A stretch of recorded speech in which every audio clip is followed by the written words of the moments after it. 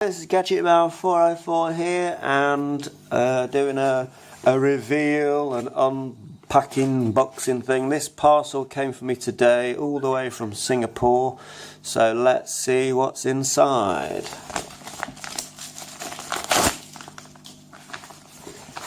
It's not very heavy. Yes, it's come. Right, this is my Diatone ET200. Basically, this is a carbon fibre frame which I'm changing from my old frame to, I'm trying to save weight. It's the same size, a little bit shorter in real estate, but it's the same size diameter for the arms, etc. 200 mil. So from the end, you know, from the end here and to the middle there, it is the same 200 mil. So I might have to do some modding to actually get this all up and running, but let's have a look. So you get a power distribution board, which I don't think I'll use. Don't want that. Here's the top plate and the bottom plate. Carbon fibre, that's about a mil thick. That is the top plate, that is the bottom plate. And you've got standoffs that are about 20 mil. So it all goes like that. And then I've got the most important bit is the arms. Now I believe these are like 2 mil thick, and that's full carbon fibre, and that is strong as anything and really light. No jagged edges, it feels nice and smooth. Look at that gloss finish, that is wicked. Look at that, how it's doing the camera, it's making it all shiny. So yeah, so there's the arms. Then you get the supports there for the flight control board, and then you get a bag of screws for the standoffs. These washers are to go between the power distribution board and the bottom plate, but I don't think I'm going to be using the power distribution board anyway, but I will be probably using these under the actual my flight control board, because obviously it conducts electricity and you have to isolate it. So that's what they are for. They are the nuts that go into the other those, and then you've got some nylon locking nuts. So then that goes underneath all of the arms, etc. You get 5 standoffs, they give you a spare. The only thing I don't like about these is with the old frame, if you over tighten them, you can start to take the thread from inside. So use Loctite and just do it as tight as you can, and then just leave it to set, and then that should be it.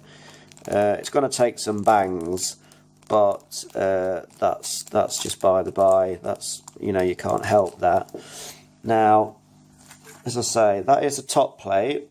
Now you can fit an FPV camera in that little gap. That's actually what that is for. I mean, look at that, shiny. Oh, look at that. It's wicked. Woo, glistening. Oh, that's cool. I love that. Woo! When the sun comes out, it'll be like glistening in the sunlight. Now the only thing with this is the bottom plate. Now as you can see, there's that bit there which I've got to cut that little support out, because my flight control board is from an i1 Extreme, and as you can see, I need that bit gone so that bit fits through. So that bit is in the way for me to plug in my batteries. On this quad, the batteries, it plugs into the bottom of the board. So yeah, enjoy, cool. Yeah, as you can see, the pins for the battery are actually built onto the flight control board. Now the ESCs and all the circuitry, the barometer sensor, the LED indicator, where you do the motors connected, it's all built into this one board. Well, two boards, there's two levels there. So to make that fit that, it just misses all the holes for the arms and everything. So I think I'll be alright there. Because I'll be clearing the arms. And then I'll be clearing the holes for the supports as well. But I can't plug the battery in because basically that gets in the way.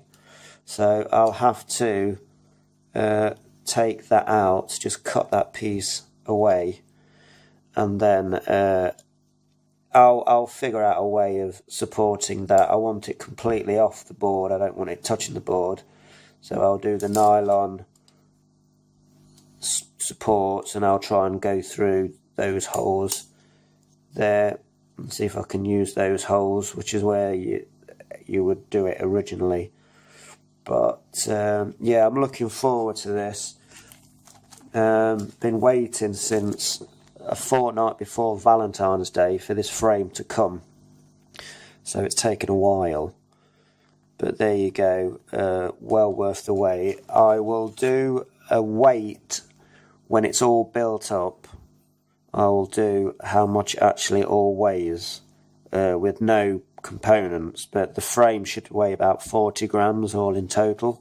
That's with the supports and everything, and my existing frame is at least 100 grams, but this is way smaller. I mean, this is tiny. I don't know if I can sort of show you the kind of shape it will be. So that one goes there. I don't think you're going to see this because it's on black. Oh, you are. So that's going to go there, and them two are going to go there.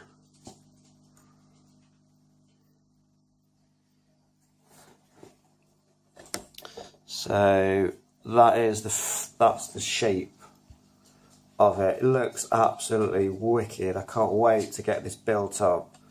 But the first thing I've got to do is I've got to do that, cut that piece out there before I do anything, because you know, and then you're going to get your supports, 20mm supports, and it will take an FPV setup, this quad. This was like a little racer. So yeah, watch this space. That'll be my next project. That somehow has got to go onto there. As you can see, the flight control board is nearly the whole size of the actual bottom plate. It literally, in fact, it probably is just wide enough at parts. It probably just overhangs, but there's nothing I can do about that. You know, I mean, it's going to look, when it's all done, that's what it's going to look like. So I've got a few little tweaks and things to do, but yeah, I'm really excited. That's going to be my next project. I'll be starting that in the next few days, even probably tomorrow. So yeah, watch out for this one. Might do the video build, but I need to do that. I need to get rid of that little bit of material before I can do anything. So yeah, as always, thanks for your support. Please continue to subscribe. This is Gadget Man, very excited. 404 out.